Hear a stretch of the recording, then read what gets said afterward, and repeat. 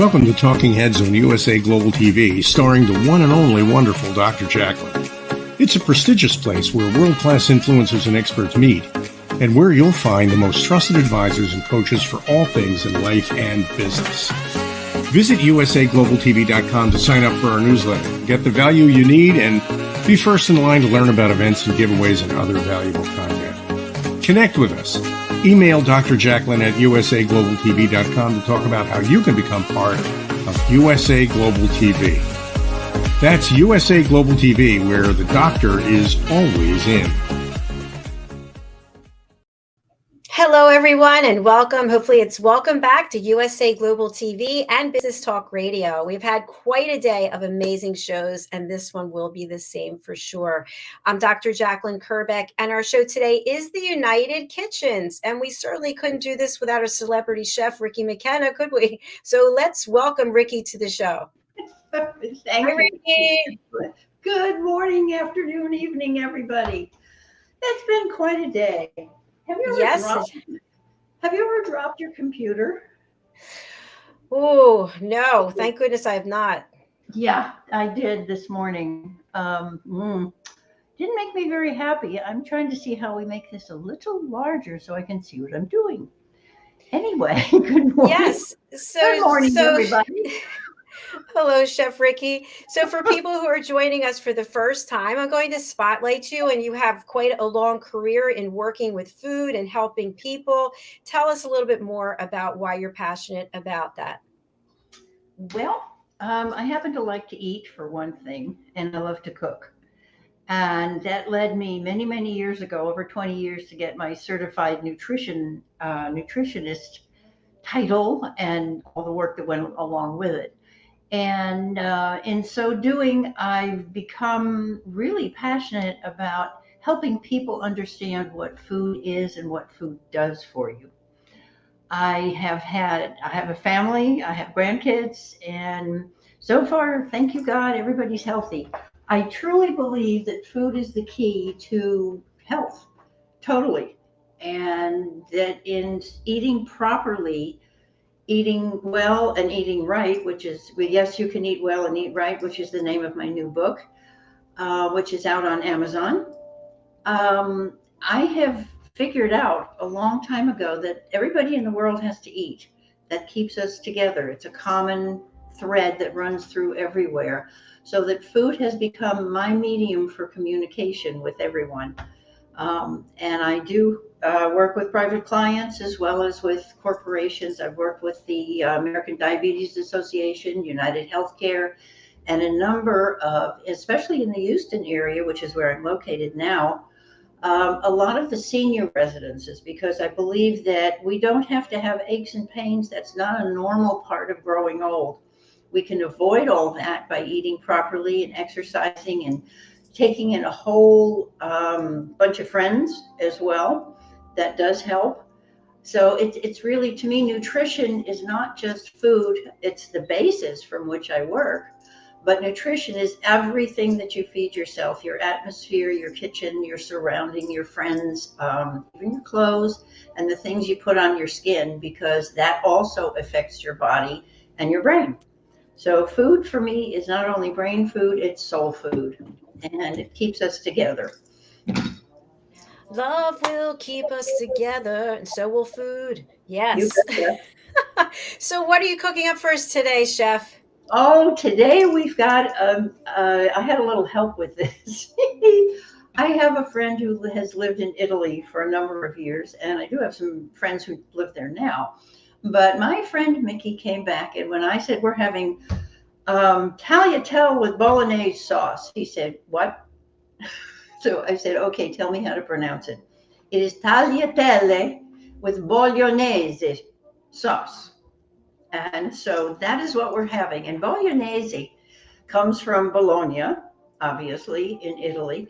And it is truly an interesting, very rich and flavorful sauce, because it has combinations of things that really make things absolutely fabulous for your tongue and even your nose beforehand, because we eat first with our eyes and then our nose. So the traditional Bolognese is made with beef, veal, and pork. It's a combination of the 3 kinds of meats that actually improves the flavor. It's an incredible combination of flavors.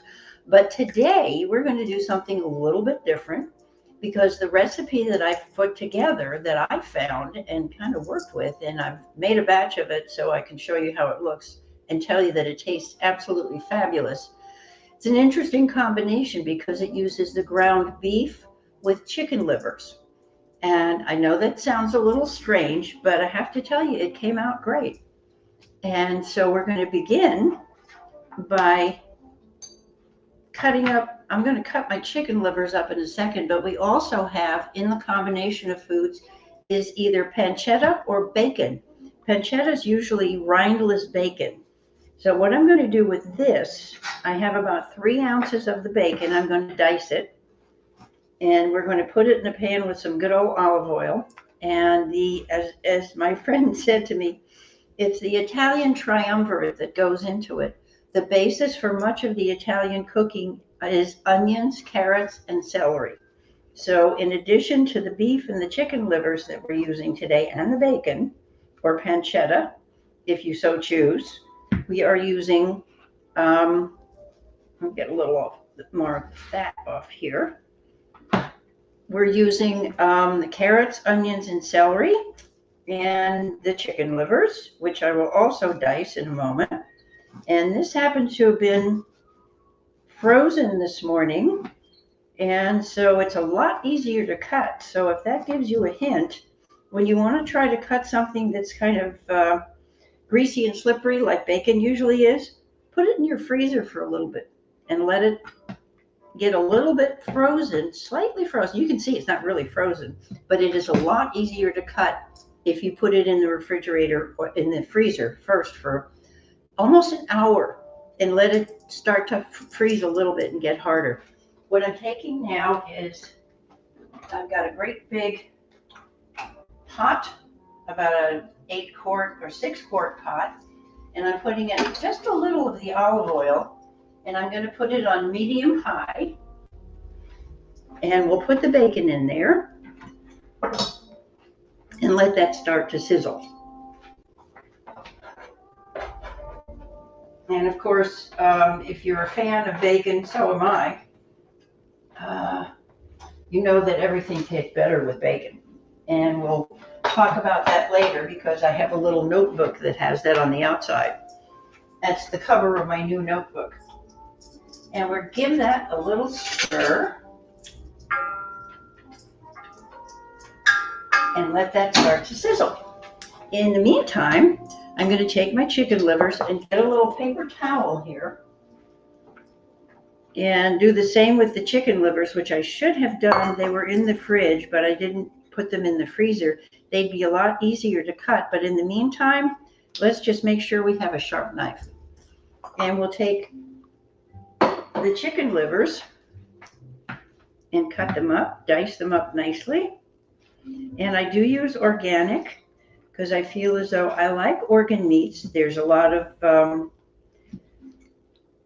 good nutrition and iron and a number of other elements that are in organ meats that we really need to eat. Our ancestors were pretty smart.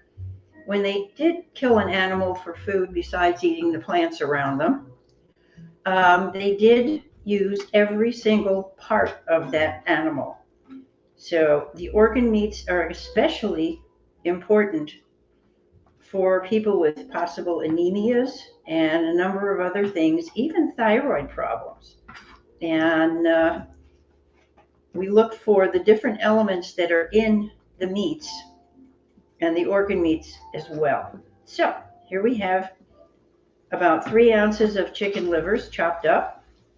And they'll get more broken up in the pan, but they'll cook a lot easier this way too, a lot quicker. Excuse me while I rinse. Hands.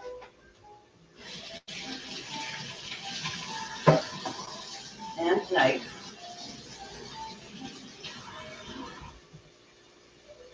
As a friend of ours says, Simon always says, messy hands, not good. So we'll dry the knife off as well. And yeah, you can probably hear the pancetta or bacon starting to sizzle. I'm going to turn it down to medium. I started it on medium-high, and I'll give you a look at that because it's doing nicely. Now, we have to figure out where that little gear is. Let's see.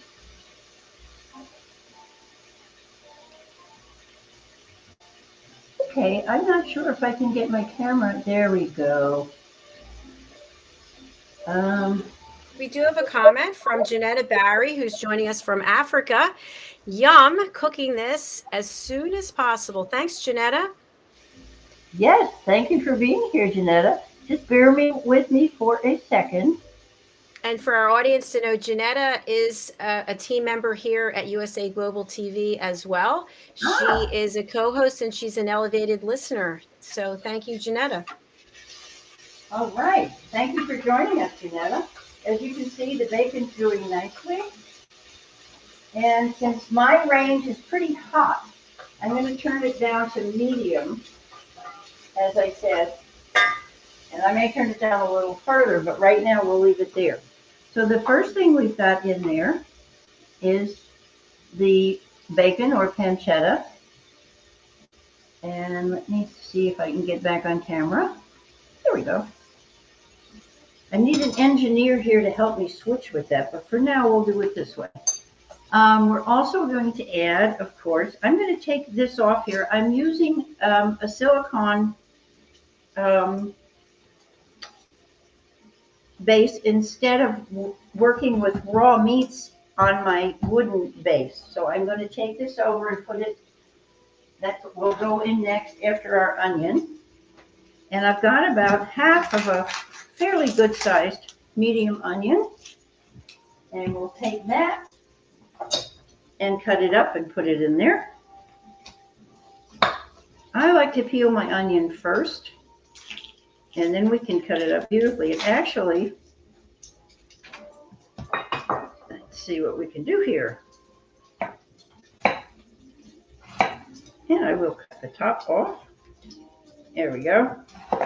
And you can cut your onion up, either dice it or make it, little larger pieces, whatever suits you for your tastes.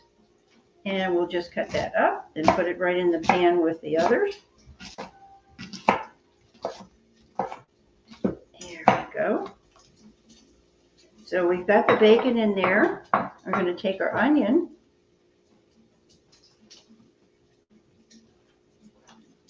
and add that to the mix. Since this is a combination of the bacon with the chopped meat, it's beef, and then the chicken livers. So our bacon's kind of taking the place of if you were to use ground pork for the flavor.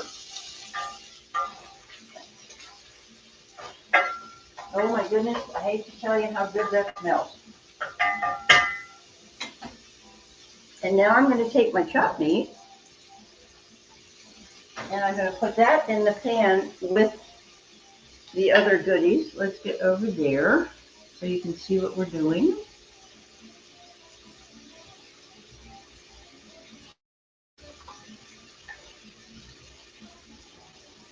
I'm going to break it up as I put it in there. You can use your fingers, you can use whatever. I like to use my good old wooden ladle and spoons.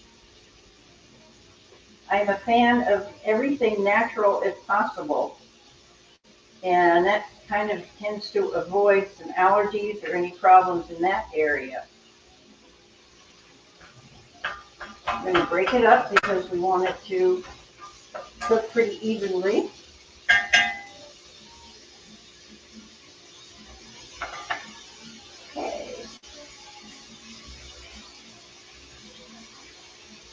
And I'm sure everybody can see what I'm doing. How's that working, Dr. Jacqueline? Looks great. Okay, as long as everybody can see what we're doing here. There we go.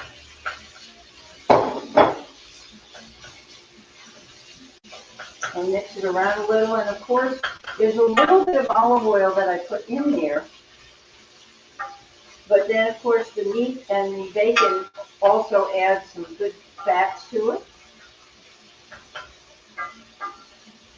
So the onion will be beautifully browned as well as the meat.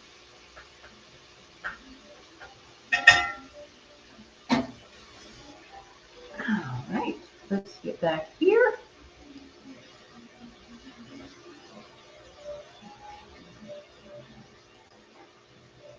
Let's see.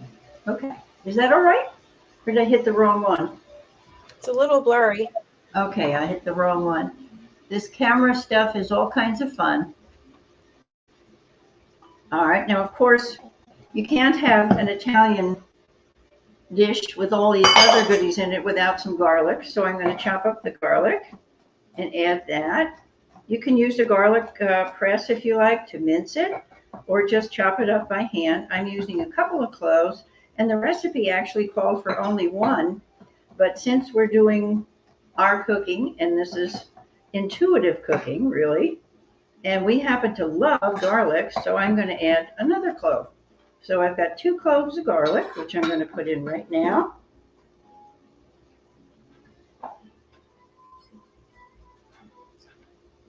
And we'll take the rest of it. There we go.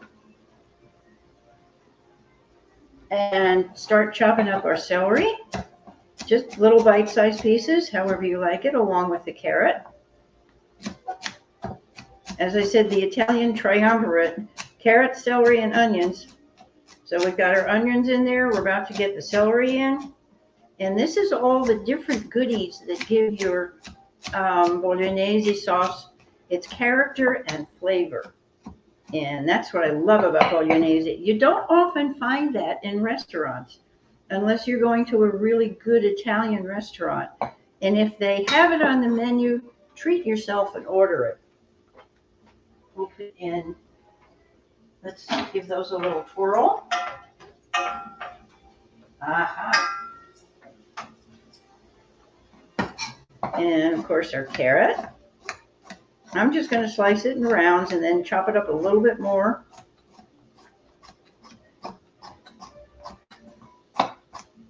Here we go. And this recipe actually serves 4, just in case anyone's interested. So it's a goodly amount of both the sauce and the tagliatelle, which I'll show you in a minute, because that's going to go in and cook just as soon as we get the sauce going a little bit more here. And what's an Italian meal without oregano? So we've got some fresh oregano that I cut out of the garden the other day. I've got about a tablespoon, not quite a tablespoon here, that I've already chopped, and then I took out some more this morning, and a bay leaf, which goes right in the pot. So I'm going to cut up my oregano. I just took the top leaves, fresh oregano. Ah, yum.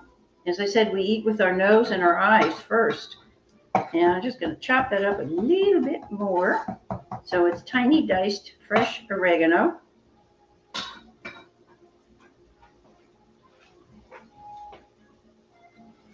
Okay, so now we have our onion, our oregano, salt and pepper.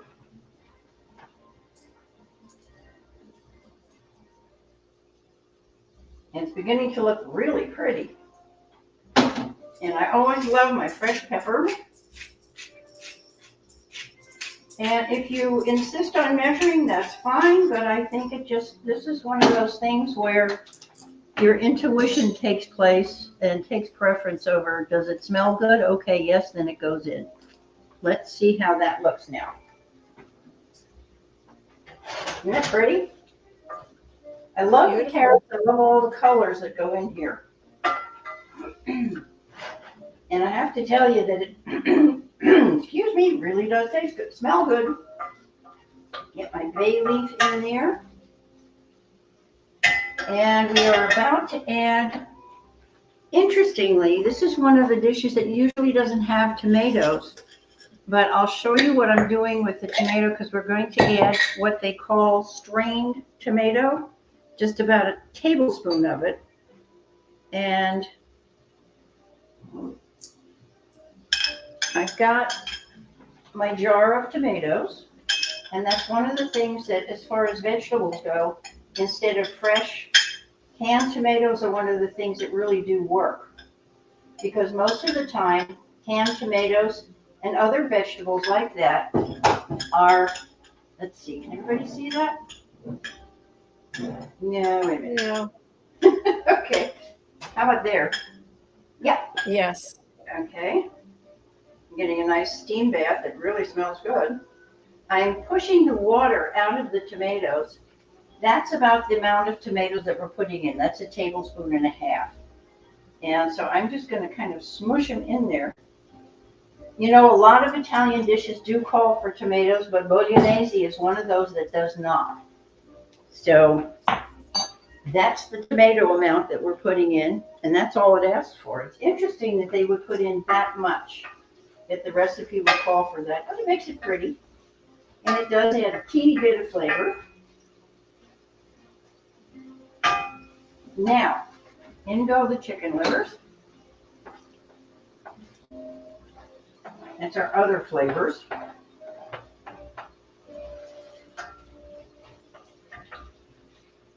And I like to stir so that everything gets mixed evenly. And make sure that my meat is chopped up enough. You'll get big bites and you'll get little bites in the fish sauce. There we go. Anybody have any questions so far? No. Silent on the front. Oh my, okay. It's an interesting combination of foods. Now, I'm going to mix, I have some hot water, and I'm going to mix some, I'll let you look at that for a second while it cooks, and I grab out my bouillon, because it calls for, let me see now, I believe it was a tablespoon, or just a shy of a cup of bouillon. And I'm going to use beef with this. That is, if I can get the jar open. There we go. Here's what I'm using. It's the Better Than Bouillon, which I like. It's very cost effective and it's really delicious. And it has, this one is organic and less sodium.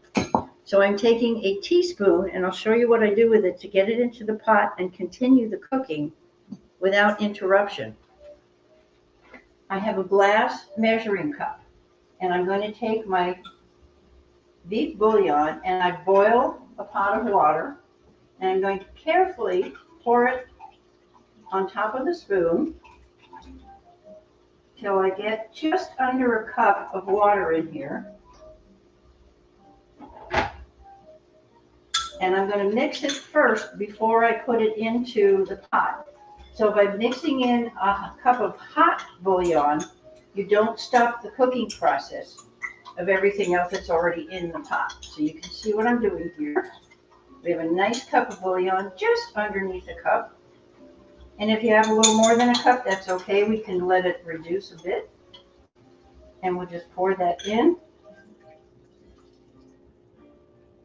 I like to do it that way because it's far more efficient. I'm going to turn my heat up again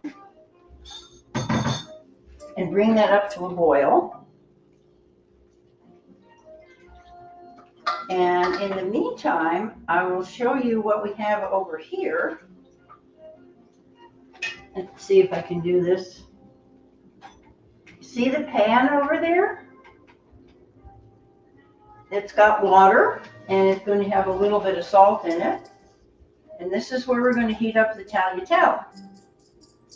Okay. Yeah. And Taliatelle, there are so many different kinds of Italian noodles or pasta, however you want to name it. Let's go back here. And I'm going to show you the Taliatelle before I put it in that pan where the water's heating, because it's really kind of fun.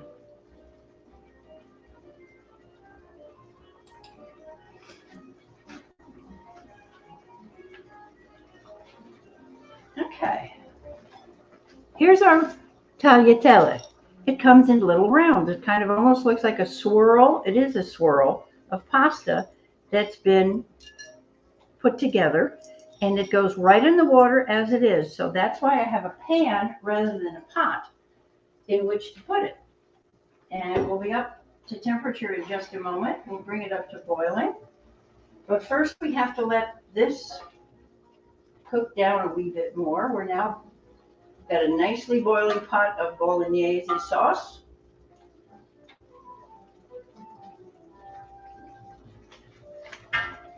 And so what I'd like to show you is when it comes out finished, it looks more like that. Oh, It does lovely. sort of unwind. Isn't that beautiful? And then here's what our finished Bolognese sounds like and looks like. By the way, when you have fresh herbs and you cut them up and you cut up too much that you can't use at the particular time, take an old, definitely put through the dishwasher jar from a spice and use it. And I've renamed that as oregano from the garden. So we have that. And our bouillon. The lovely thing about this is it lasts a long time. All you do is refrigerate it and you have it.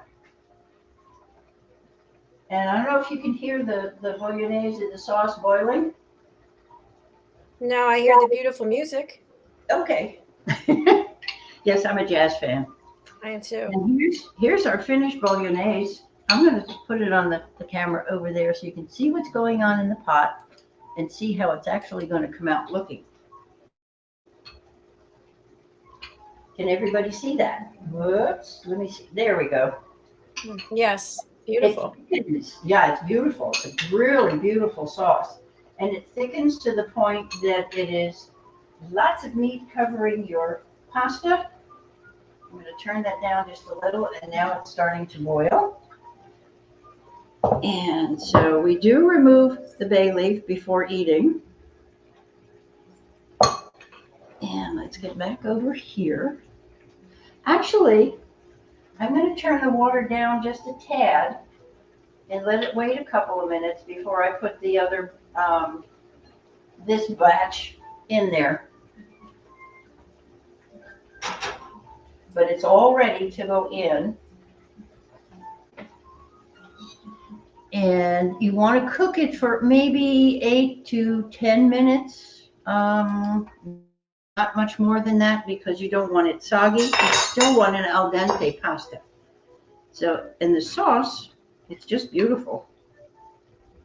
As you can see, it's quite thick with the meat. Looks like a hearty meal. Oh, it definitely is. Yep. And it's also colorful. And it is, as I said, it's different from a lot of the other Italian sauces because it doesn't really have any tomato base.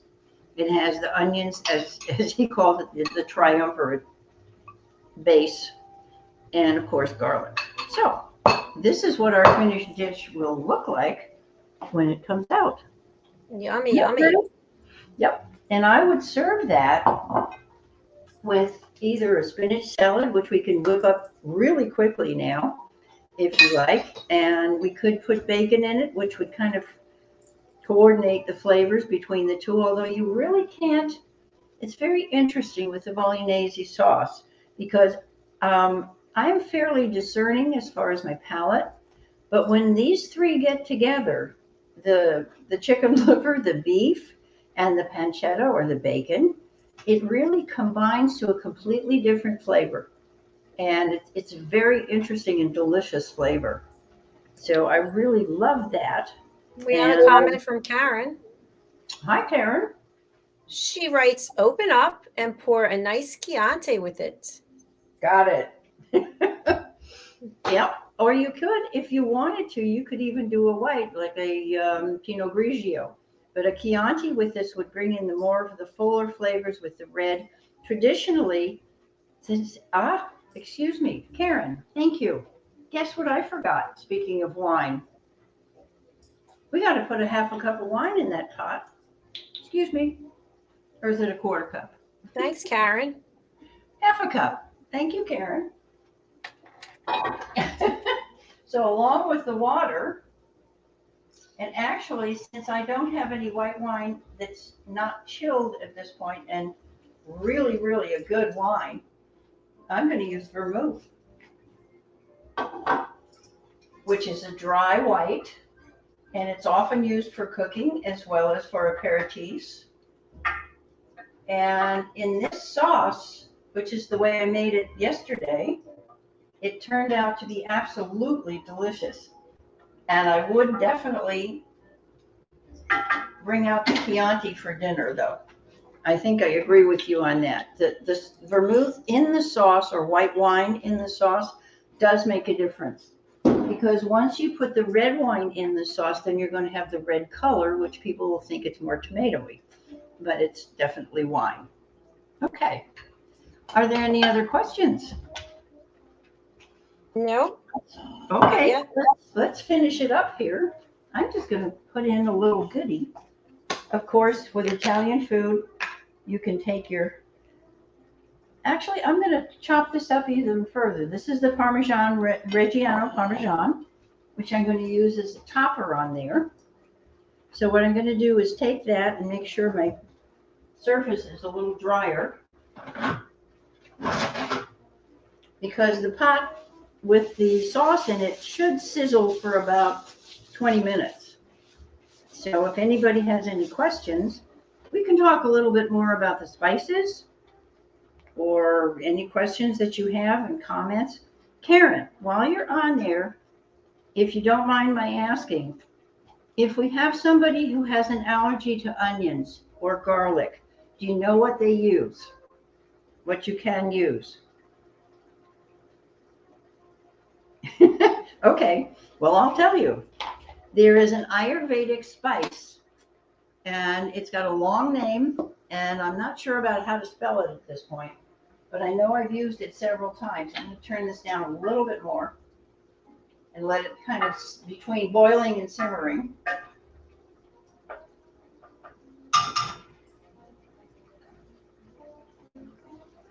It's called Asafoetida. I think that's the way it's pronounced. It's also called hing, H-I-N-G, and it is a spice that has the flavors and the aromas of onions and garlic. So for people with allergies or sensitivities to onions and garlic, I'm sorry for you. However, you can use this asafoetida or hing in place of it in your cooking. And it does really add the flavors and the aromas very close to true onions and garlic. So what I'm going to do right now is chop up my grated Parmesan into smaller pieces, because it's almost like the more finely grated cheeses. There we go. I kind of like that. It's pretty, and I think it penetrates the food more when it's smaller, of course, and that was really easy. So we'll have that ready. If I have a dry, yeah, I do.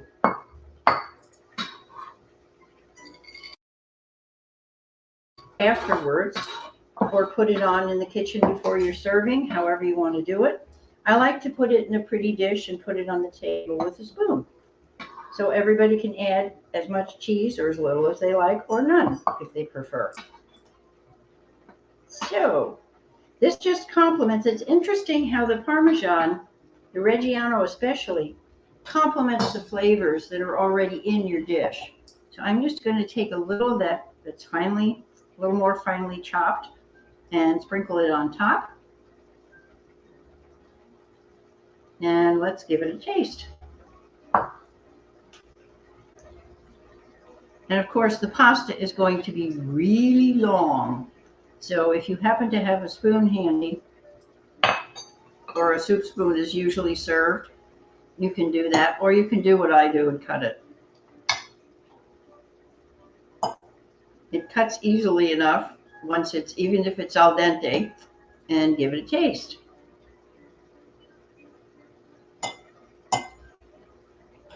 Mmm.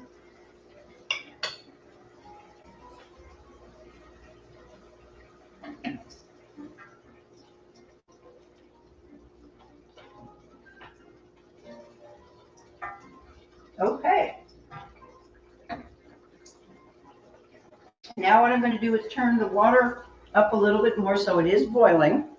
And I have, I wonder if everybody has a spaghetti fork or spoon. Do these look familiar? I actually had someone on my show who didn't have one of these. It's almost an indispensable kitchen tool. And I received a gift one time. Somebody gave me one that was sterling silver plated, which is lovely to put on the table when you're serving this, and you can have everybody serve their own or you do it. It's very elegant. It's a wonderful tool, especially if you're doing something like just plain spaghetti or linguine and so forth. And you know how sometimes it sticks together in the pot? So while it's cooking, you put this in, not your fingers, and you break it apart with this. It's a wonderful tool. So what I'm going to do is take my Taliatelle, and let me see if we can go over here so you can see what I'm doing.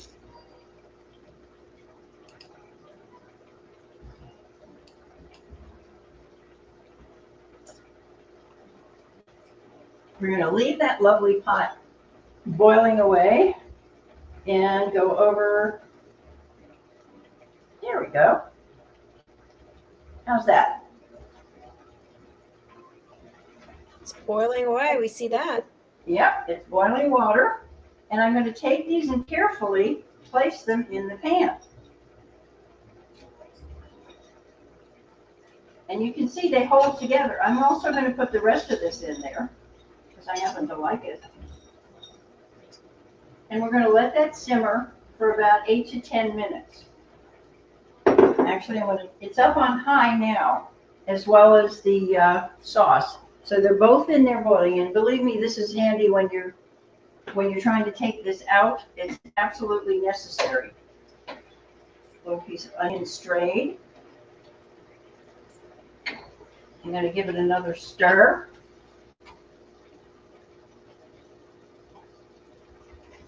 We got to get a better cameraman or woman.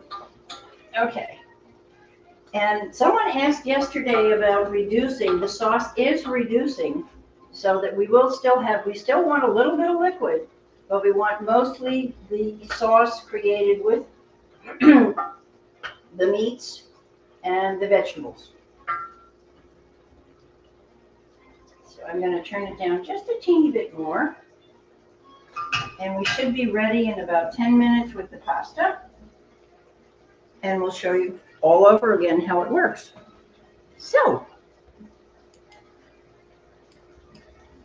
and next week, just as a preview of next week, since we're touring the Mediterranean this month, I will be cooking something called Basque Cod. And that the Basque region of France is very interesting because it's sort of a country in itself, or at least the Basque people like to think that. And some of the recipes that come out of there are completely different from what we consider French cuisine. I know that Julia Child came up with a lot of things and helped people understand French cuisine. One of my favorite things from her is, of course, quiche. And we'll see what the Basque cod is going to be doing.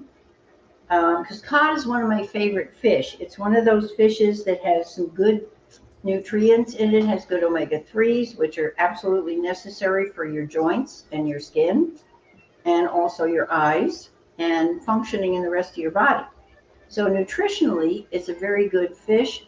It's also, since it's very bland, it's a white, bland fish, for those of you who aren't familiar with it. You can use cod, and there are a couple of other kinds of fish that are very bland. And the advantage there is that you can cook them and add whatever you want as far as seasoning, and they will take on the flavor from the seasonings. And it's something that is very nourishing. For me, it's a comfort food because it usually comes in a thick, I like the thicker pieces of it because I can cook it a little bit longer with all the juices and things around it, the seasonings, so that it infuses the fish with them. And I don't often marinate it, but it's a nice white flaky fish that is delicious no matter what you do with it. But as I say, the advantage is you can season it any way you want. So any questions or comments there? Karen, are you using cod? I don't know if she's still there. We only know if she types something in. Yeah. Okay. Okay. And Dr. JACALYN, are you a fan of fish? I love fish. I don't eat meat, Ah, but I okay. love fish. Well, then we've got it for you next week because we'll definitely have the fish. I thought that, the Mediterranean has such an incredible variety of foods, and it's considered very, very, an area that is the people are healthy for the most part because they eat from the earth, which includes the sea. And so I like the idea of going around the Mediterranean. So this time we've had the beef, we've had pork, we've had chicken livers. And interestingly, did you know that chicken is the most widely eaten food all around the globe? I did not know that. Yeah, I that's just one of had those. chicken. Yeah. I just had chicken for dinner and for lunch. Oh, sometimes I do that too. Actually, yesterday I made an interesting chicken salad. I did some chicken for a kidney patient or client that I have. And we made chicken that had pesto, which is wonderful for My them. favorite. Oh, yeah. A good old basil, olive oil, and garlic, and a little salt. And it was absolutely delicious. We did a chicken breast with that. And you can No, also, no Parmesan cheese. of course, on top. Okay. And then I did another one. We did a teriyaki chicken. And I also made shrimp with, actually, it was a shrimp fettuccine. And it's a creamy shrimp fettuccine that's made with cream and milk, and of course, Parmesan cheese and the inevitable garlic. And it's another white dish, no tomatoes. So it's because actually, for kidney patients, just FYI, if anybody has kidney issues, often you'll be told not to eat a lot of potassium. So the low potassium foods are what you want. And so the shrimp with the fettuccine is fine. And the sauce is made with cream, garlic, olive oil, and a little bit of pancetta. I use pancetta. No, actually, not the pancetta, the panko breadcrumbs. I like the panko breadcrumbs. When I do use breadcrumbs, normally I'd make my own, but the panko are the Japanese breadcrumbs, and they're great to work with. So we put a little bit of that in to create the sauce. Or if you didn't want to use something with gluten, you could use a little bit of almond flour or regular gluten-free flour to make the sauce, the white sauce. And it's very simple because everything goes into one pan. So I love that. Simple, easy to clean up. Absolutely. Yes. And I think we're at the point where the Taliatelle is not done yet. We got Chef another. Ricki, we have about 2 minutes. Oh, and our next show starts. All right. Well, you've already seen what the finished dish looks like. So what I'm going to do is just let you know that the Taliatelle, just to take it out and show you, stays together when you take it out. So when you serve it, you just put it in the dish such as that. And I put one or two others, and it's deceptive because there's a lot of pasta in there. So that's how it works. I'm going to put it back in and let it cook just a little bit more. But that's another reason to have one of these wonderful little goodies. And I'm just about to the point where our sauce has boiled down. I'll just show you one more time how pretty that is and how it has reduced to the point where it's really good. It does look good. See, and it's reduced quite a bit. If you want to, you could add a little bit more juice. You could put in some wine, a little more wine, but basically that is it. It's a thick, rich, meaty sauce. So what I'm going to do is just cover that. I've turned it off and let it sit there. And so here's your finished dish. And I'm going to put a little bit more of the Parmesan on top and have lunch. Oh, wait a minute. Yeah. Lucky you. Okay. That Here we does go. look beautiful. Hearty appetite. And as I say, if I could, I'd put it right through the screen for you. We have We have to figure out how to do smell-o-vision on StreamYard. I definitely would love that, I assure you. Thank you so much, and join us again next week when we're going to be doing Basque flavored cod. And let's direct everyone to the website, rickiskitchen.net. .net, rickiskitchen.net, and it's also, let me see, there I am. Go to Amazon, please, and look for yes, the word yes. You can eat well and eat right. And you'll see my picture pop up there and the book. It's available as an ebook, and it's also available in paperback form. And it will be coming out in spiral. Thank you very much. Yeah. So Ricki at Ricki's Kitchen is where you'll find me, and hearty appetite. Thank you. Bravo, my friends. Well done.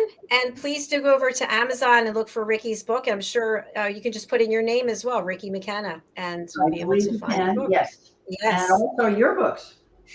Yes, my second book is coming out, Adversity to Awesome. You can pre-order it now, also on Amazon. And my first book, Behind the Green Screen, is also there. Just put in Dr. JACALYN KERBECK. Yay, it's all about books. And it's all about helping people, because both of our books really have things to help you make your life easier and much more fun. Yes, absolutely. That's what we stand for here at USA Global TV. So we are going to sign off now. We're going to play a clip in support of people of Ukraine and take a look at this. And then we will be coming back with our next show, which is The Listening Mentor. So do join us for that, and we'll be right back. Bye, everyone. Bye, Ricki. Thank you, Dr. JACALYN. Bye-bye. Thank you. Bye.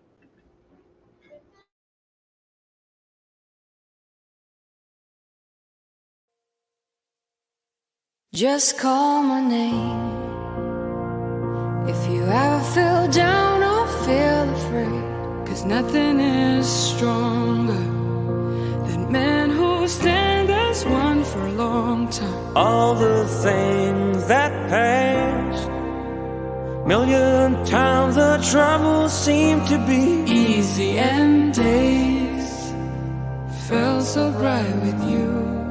I remember you always been my family member. That's the time when we need to stand together. I made this song for you. Hope it reaches and puts a little bit Smile on you and fills your mind with hope, because you're not alone. We're together in this love. We stand forever. Peace is what we need. Everyone knows the truth, no matter which side you pick. You might realize you're not alone. We're together.